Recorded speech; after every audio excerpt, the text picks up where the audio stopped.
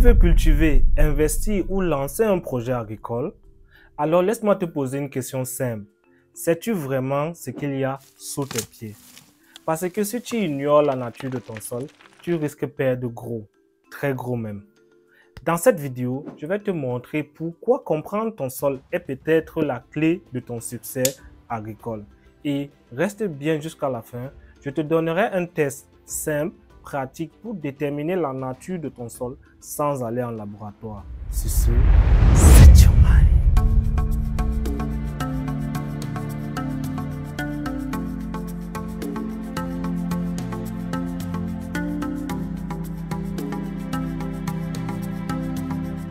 Salut à toi, greetings, bienvenue sur AgricBull. Moi c'est Emmanuel, jeune agronome spécialisé en production végétale. Et sur ma chaîne, je vous parle des termes, notions, techniques agricoles, mais aussi de business en lien avec l'agriculture, afin de vous permettre de mieux appréhender ce secteur vital et lucratif qu'est l'agribusiness.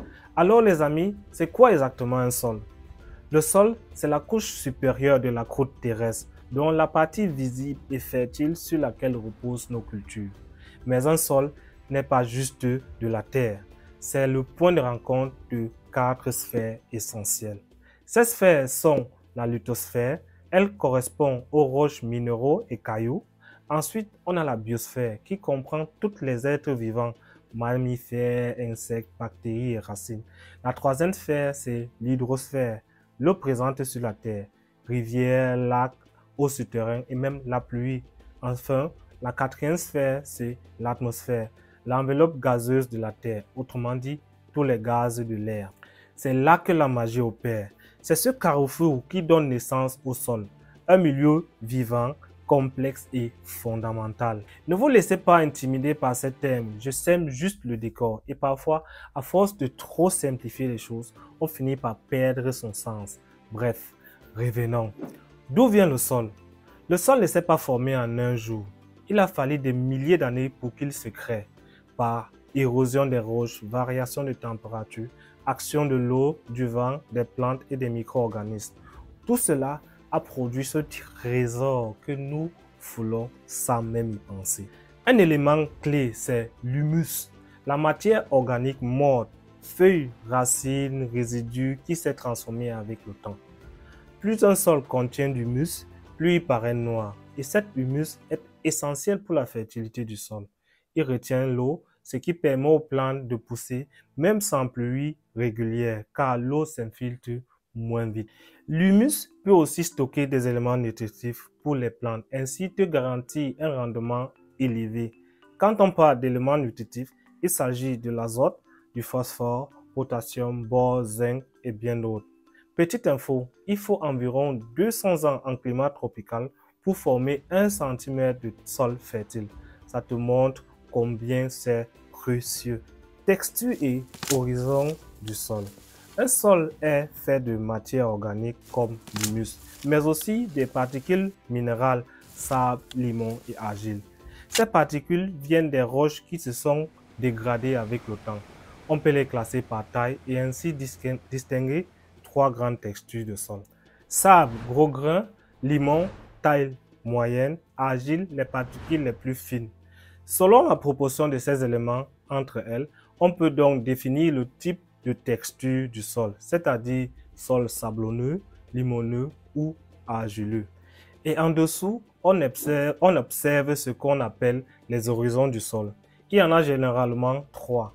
Horizon A, la couche supérieure, riche en humus, c'est la couche la plus fertile. Horizon B, la couche intermédiaire, sol sous-jacent. Et horizon C, la couche profonde qui correspond à la roche-mère, autrement dit la lithosphère. Chaque sol peut présenter des horizons différents, mais retiens ceci. Plus l'horizon A est épais et sombre, plus ton sol est riche et productif. À retenir, le sol se forme lentement. Il faut donc en prendre grand soin. L'humus est la base de la fertilité du sol. Sable, limon et argile définissent la texture du sol. L'horizon A est un indicateur de fertilité. Les horizons du sol permettent d'identifier les types de sols. Exemple, les sols ferragineux et sols ferralitiques de chenaux, très reconnaissables à leur couleur rouge riche en fer. Comment connaître la nature de ton sol? Tu n'as pas de labo? Pas grave. Voici un test simple que tu peux faire chez toi ou à la ferme. Ce test, aussi appelé test de sédimentation ou test du bocal, il est surtout utile pour les agriculteurs ayant des superficies pas trop grandes. Sinon, faites une analyse approfondie. Pour déterminer la texture de ton sol, tu auras besoin d'un outil de prélèvement. Cela peut être une tarière ou bien une pioche. Prélève le sol à une profondeur de 40 cm en plusieurs points de ton champ. Mets ton échantillon de sol dans une bouteille transparente. Ajoute de l'eau jusqu'aux 2/3 de la bouteille. Bouche et secoue-la vigoureusement pour finir de briser tous les agrégats ou bien les blocs de terre. Laisse reposer 1 à 4 jours. Observe les couches qui se forment et note au feu les niveaux de sédimentation ou bien les différentes couches. En bas, sable. Au milieu, limon et en haut, argile. Mesure la hauteur totale de la terre qui s'est reposée et la hauteur des différentes couches respectives. La proportion de chaque composante du sol est donnée par la formule qui suit. Le pourcentage de chaque composante est égal à la hauteur de la couche sélectionnée fois 100 divisé par la hauteur totale. Après avoir calculé ces trois proportions, place ensuite ces pourcentages dans un triangle de texture pour identifier ton sol.